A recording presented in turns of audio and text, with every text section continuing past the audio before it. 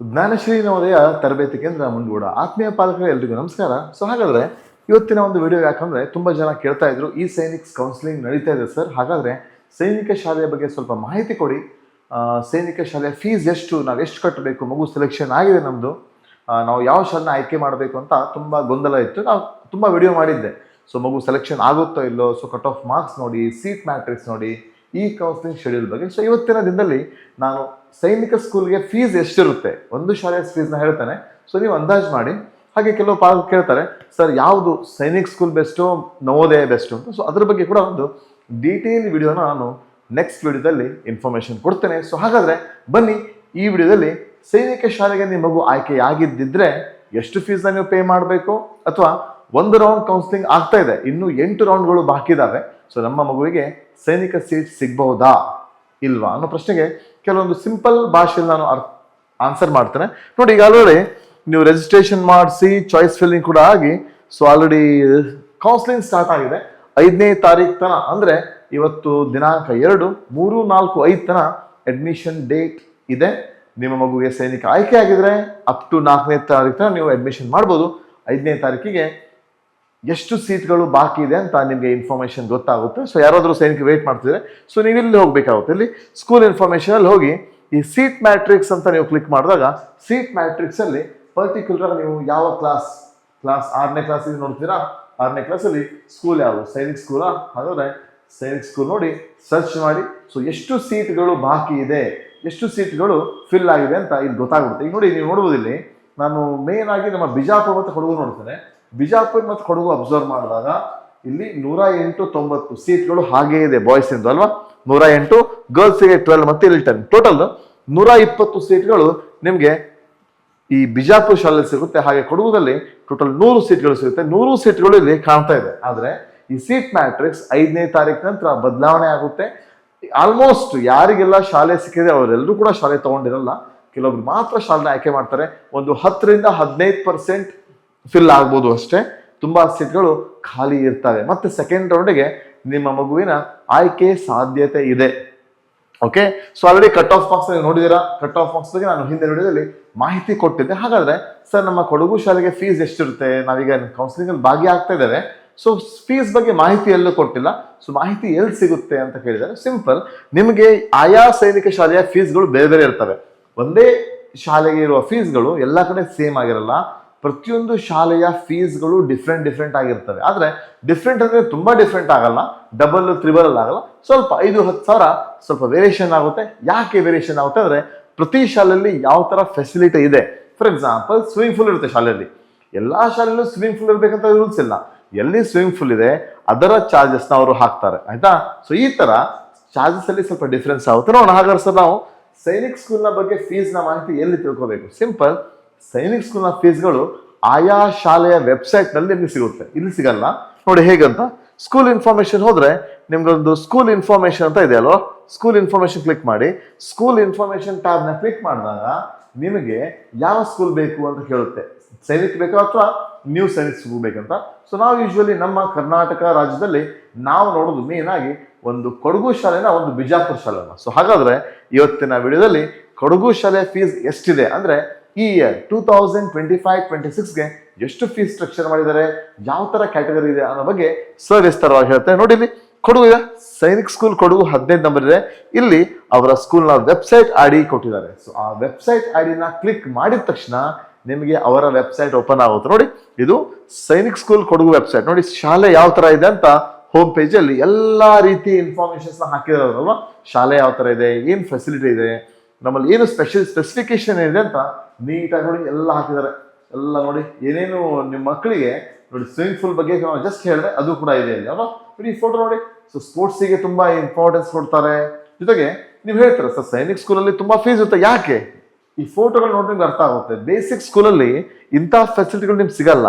So ನಿಮ್ಮ ಹತ್ರ ಚೆನ್ನಾಗಿ ದುಡ್ಡಿದ್ರೆ ಅಥವಾ ಸ್ವಲ್ಪ ಕಷ್ಟಪಟ್ಟು ನೀವು ಹಾಕ್ತೀರಾ ಅಂದ್ರೆ, ಮಗು ಇಂಟೆಲಿಜೆಂಟ್ ಇದೆ, ರಾಕೆಟ್ ತರ ಓಡ್ತಾನೆ, ಮಗು ತುಂಬಾ ಶಾರ್ಪ್ ಇದ್ದಾನೆ, ಸರ್ ನಾವು ಏನೋ ಒಂದು ಮಾಡಬೇಕು, UPSC ಕ್ರ್ಯಾಕ್ ಮಾಡಬೇಕು, ಹಾಕ್ಬೋದು ಶಾಲೆಗೆ. ನೋಡಿ ಎಂತ ಡಿಸಿಪ್ಲಿನ್ ಆಗೆಲ್ಲ ನಿಂತಿದ್ದಾರೆ ನೋಡುವಲ್ಲ. ಸೊ ಈ ತರ ಇವೆಲ್ಲ ಕೂಡ ಸೈನಿಕ ಶಾಲೆಯಲ್ಲಿ ಮಾತ್ರ ಸಾಧ್ಯ ಇದೆ. ನೀವು ಬೇರೆ ಯಾವುದೇ ಪ್ರೈವೇಟ್ ಶಾಲೆಗೆ 10 ಲಕ್ಷ ಕೊಟ್ಟು ಸೇರಿಸಿದ್ರು ಈ ತರ ಎಜುಕೇಶನ್ ನಿಮ್ಗೆ ಸಿಗಲ್ಲ. ಸೊ ಯೂಶ್ವಲಿ ನಿಮಗೆ ಒಂಥರ ತುಂಬ ಚೆನ್ನಾಗಿ ವೆಲ್ ಡಿಸಿಪ್ಲಿನ್ ಆಗ್ತಾರೆ, ಆದರೆ ಮಗು ಯೂಸ್ ಮಾಡಿಕೊಂಡ್ರೆ ಮಾತ್ರ, ನೆನಪಿರಲಿ ಆಯ್ತಾ. ನೋಡಿ ಇಲ್ಲಿ ಸೊ ಏನೇನು ನಿಮಗೆ ಟೋಟಲ್ ಡಿಫೆನ್ಸ್ ಇಂದ ಏನೇನು ಸಪೋರ್ಟ್ ಬೇಕೋ ಎಲ್ಲ ತರ ಸಪೋರ್ಟ್ ಮಗುಗೆ ಸಿಗುತ್ತೆ.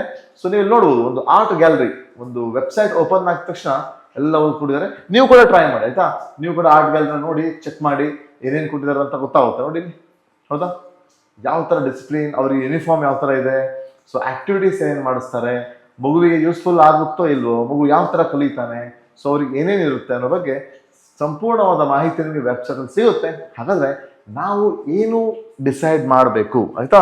ನೋಡಿ ಇದು ಅಫಿಲಿಯೇಷನ್ ನಂಬರ್ ಕೂಡ ಕೊಟ್ಟಿದ್ದಾರೆ ಸೈನಿಕ್ ಸ್ಕೂಲ್ ಇಂದು. ಯೂಶುವಲಿ ಇದು ಸೈನಿಕ್ ಸ್ಕೂಲು CBSE ಸ್ಕೂಲ್ ಆಗುತ್ತೆ, ನೆನಪಿರಲಿ. ಇದು ಸ್ಟೇಟ್ ಮತ್ತೆ CBSE ICSE ಕ್ಯಾಟಗರಿಯಲ್ಲಿ ಸೈನಿಕ್ ಸ್ಕೂಲಲ್ಲಿ CBSE ಎಜುಕೇಶನ್ಸ್ ನ ಕಂಟಿನ್ಯೂ ಮಾಡ್ತಾರೆ, ನೆನಪಿರ್ಲಿ ಆಯ್ತಾ. CBSE NCERT ಬೇಸ್ ಸಿಲೆಬಸ್ ನ ಮಗು ಕಲಿಸುತ್ತೆ. ನಿಮ್ಮ 10 CBSE ಸ್ಕೂಲ್ ಎಲ್ಲ ಸೇಮ್ ಟು ಸೇಮ್, ಆದ್ರೆ ಎಕ್ಸ್ಟ್ರಾ ಆಕ್ಟಿವಿಟೀಸ್ ಇಂದ ಇದು ಸ್ಪೆಷಲ್ ಆಗಿದೆ. ಒಂದು ಡಿಸಿಪ್ಲಿನ್ ಇರ್ಬೋದು, ನಿಮ್ಮ ಮನೇಲಿ ಮಗು ಇದ್ರೆ ಡಿಸಿಪ್ಲಿನ್ ನಿಮ್ಮ ಮೇಲೆ ಡಿಪೆಂಡ್ ಇರುತ್ತೆ, ಯಾವ ತರ ಡಿಸಿಪ್ಲಿನ್ ಮಗು ಇಟ್ಕೊಂಡಿರುತ್ತೆ ಅಂತ. ಸೊ ನಿಮ್ಮ ಟಿವಿ, ಮೊಬೈಲ್ ಅಥವಾ ಆಕ್ಟಿವಿಟೀಸ್ ಏನು, ಮಗು ಶಾಲೆಗಿಂತ ಮುಂಚೆ ಏನ್ ಮಾಡುತ್ತೆ, ಶಾಲೆಯಲ್ಲಿ ಹೋಗಂತೂ ಕಲಿತಾರೆ ಅಲ್ವಾ. ಶಾಲೆಯಲ್ಲಿ ಏನು ಆಕ್ಟಿವಿಟೀಸ್ ಇರುತ್ತೆ ಮಗು ಶಾಲೆಯಲ್ಲಿ ಡೆಫಿನೆಟ್ಲಿ ಕಲಿಯುತ್ತೆ, ಆದ್ರೆ ಶಾಲೆ ಬಿಟ್ಟು ಏನೇನು ಆಕ್ಟಿವಿಟೀಸ್ ಮಾಡುತ್ತೆ ಅದು ತುಂಬಾ ಇಂಪಾರ್ಟೆಂಟ್ ಆಗುತ್ತೆ. ಈ 6ನೇ ತರಗತಿಯಿಂದ 12ನೇ ತರಗತಿವರೆಗೆ ಮಗು ಯಾವ ಎನ್ವಿರಾನ್ಮೆಂಟಲ್ ಬೆಳೆಯುತ್ತೆ ಅದು ತುಂಬಾ ಮಹತ್ವದ್ದಾಗಿದೆ. ನೀವು ಯಾವುದರ ಹ್ಯಾಬಿಟ್ನ ಮಗು ಹಚ್ತೀರಾ ಅದೇ ತರ ಮಗು ಬೆಳೀತಾ ಹೋಗುತ್ತೆ. ಈಗ ಒಂದು ಡಿಸಿಪ್ಲಿನ್ ಹಚ್ತೀರಾ, ತುಂಬಾ ಜನ ಮನೆಯಲ್ಲೇ ಕಲಿತಾರೆ, ಅದಕ್ಕೇನು ನಾನು ಹೇಳ್ತಾ ಇಲ್ಲ ಸೈನಿಕ್ ಸ್ಕೂಲೇ ಆಗ್ಬೇಕಂತಿಲ್ಲ. ಸೊ ನಿಮ್ಮ ವಾತಾವರಣ, ಮನೆಯ ವಾತಾವರಣ, ಪಾಲಕರು ಯಾವ ತರ ಬಿಹೇವ್ ಮಾಡ್ತಾರೆ ಮಕ್ಕಳೆದುರಿಗೆ, ಪಾಲಕರು ಮಕ್ಕಳನ್ನ ಯಾವ ತರ ಟ್ರೀಟ್ ಮಾಡ್ತಾರೆ ಅದ್ರ ಬಗ್ಗೆ ಎಲ್ಲವೂ ಸಂಪೂರ್ಣವಾಗಿರುತ್ತೆ. ನೋಡೋಣ ಹಾಗಿದ್ರೆ ಇಲ್ಲಿ ಯಾವ ತರ ಫೀಸ್ ಸ್ಟ್ರಕ್ಚರ್ ಇದೆ ನೋಡೋಣ. ನೋಡಿ ಇಲ್ಲಿ ಅಡ್ಮಿಷನ್ಸ್ ಒಂದು ಟ್ಯಾಬ್ ಇದೆ ಅಲ್ವಾ, ನೀವು ಅಡ್ಮಿಷನ್ ಟ್ಯಾಬ್ ಅಲ್ಲಿ ಹೋಗ್ಬಿಟ್ರೆ ಸಿಂಪಲ್ ಅಡ್ಮಿಷನ್ ಟ್ಯಾಬ್ ನ ಅಬ್ಸರ್ವ್ ಮಾಡಿದ್ರೆ ಇಲ್ಲಿ ನಿಮಗೆ ಸ್ಕೂಲ್ ಫೀಸ್ ಸ್ಟ್ರಕ್ಚರ್ ಅಂತ ಒಂದು ಟ್ಯಾಬ್ ಇದೆ. ನೋಡಿ ಈ ವೆಬ್ಸೈಟ್ ಅಲ್ಲಿ ಅಡ್ಮಿಷನ್ಸ್ ಅಲ್ಲಿ ಸ್ಕೂಲ್ ಫೀಸ್ ಸ್ಟ್ರಕ್ಚರ್ ನ ಕ್ಲಿಕ್ ಮಾಡಿದಾಗ ನಿಮ್ಮ ಎದುರಿಗೆ ಒಂದು PDF ಫೈಲ್ ಓಪನ್ ಆಗುತ್ತೆ.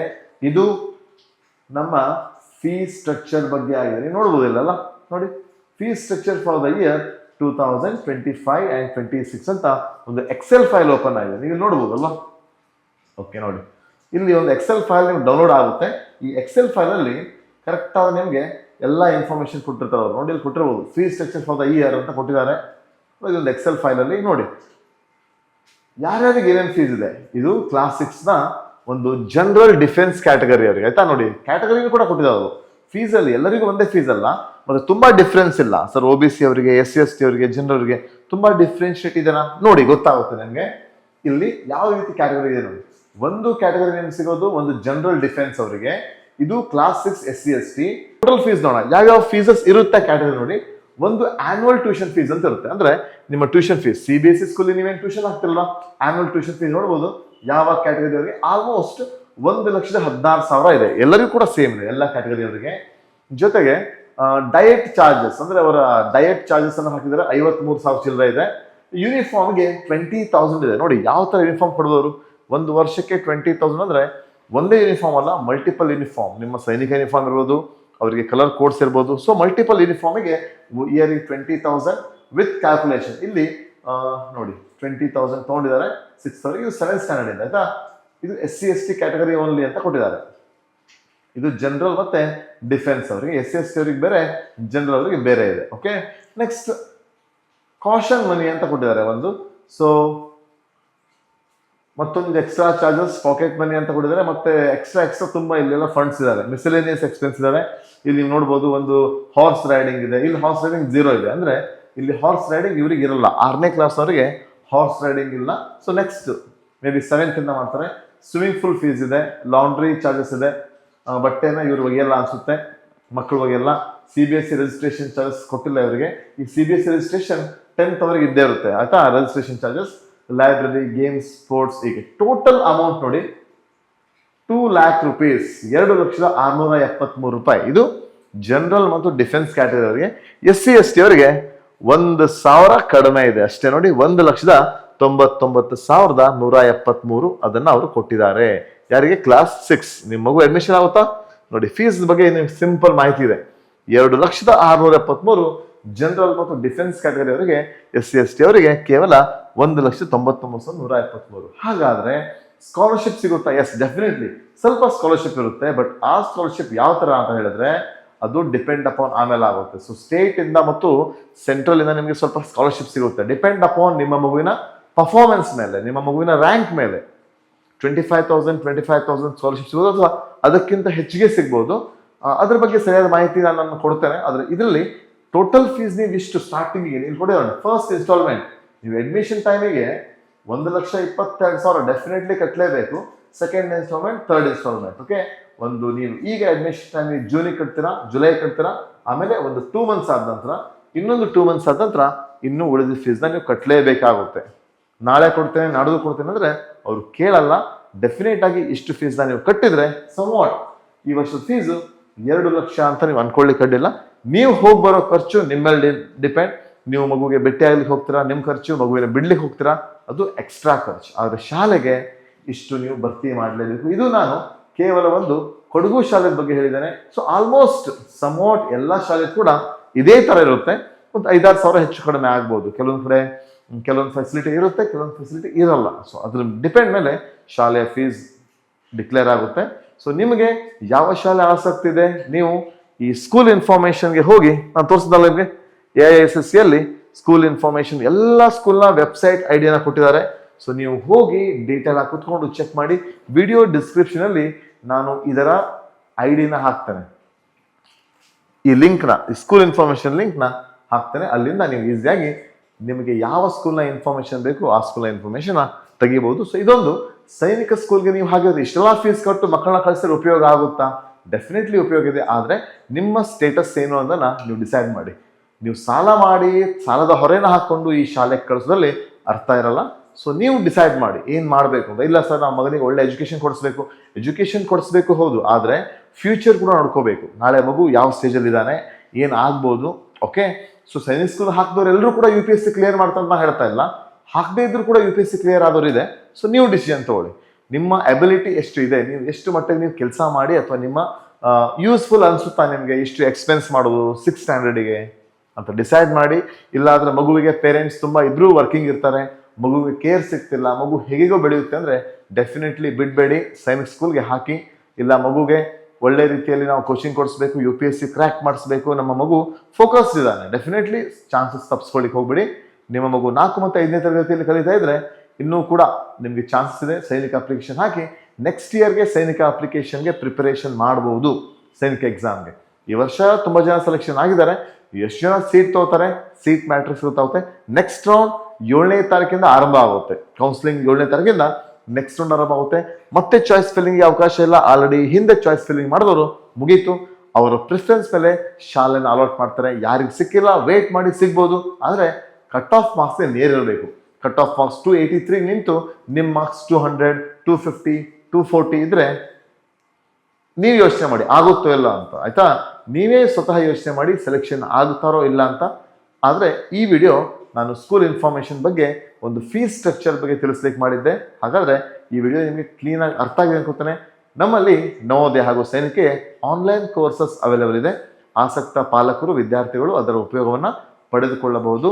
ಲೈವ್ ಕ್ಲಾಸಸ್ ಈಗಾಗಲೇ ಈ ಒಂದು 10 ಡೇಸಲ್ಲಿ ಲೈವ್ ಕ್ಲಾಸ್ನ ಬ್ಯಾಚ್ ನಾವು ಎಂಡ್ ಮಾಡ್ತೇವೆ ಅಂತ ಹೇಳಿದ್ರೆ ಅಡ್ಮಿಷನ್ಸ್ ಕ್ಲೋಸ್ ಮಾಡ್ತಾರೆ. ಆಫ್ಲೈನ್ ವಿಡಿಯೋಸ್ ಅವೈಲೇಬಲ್ ಇದೆ. ನಮ್ಮ ಚಾನಲ್ನ ವಿಡಿಯೋ ನಿಮಗೆ ಇಷ್ಟ ಆಗಿದ್ರೆ ಲೈಕ್ ಮಾಡಿ, ಸಬ್ಸ್ಕ್ರೈಬ್ ಮಾಡಿ ಹಾಗೂ ಬೆಲ್ ಐಕಾನ್ ಒತ್ತಿ. ನಮ್ಮ ಪ್ರತಿ ವಿಡಿಯೋದ ಇನ್ಫಾರ್ಮೇಷನ್ ನಿಮ್ಗೆ ಸಿಗುತ್ತೆ. ನಿಮ್ಮ ಇತರ ಸ್ನೇಹಿತರೊಂದಿಗೆ ನಮ್ಮ ಚಾನಲ್ನ ಶೇರ್ ಮಾಡ್ಕೊಳ್ಳಿ. ಇನ್ಫಾರ್ಮೇಟಿವ್ ಅನಿಸಿದ್ರೆ ಒಂದು ಲೈಕ್ ಕೊಟ್ಟು ಒಳ್ಳೆ ಕಮೆಂಟ್ನ ಹಾಕಿ ಅಂತ ಹೇಳ್ತಾ ಇವತ್ತಿನ ವಿಡಿಯೋನ ಇಲ್ಲಿಗೆ ಮುಗಿಸ್ತಾ ಇದ್ದಾರೆ. ಧನ್ಯವಾದಗಳು.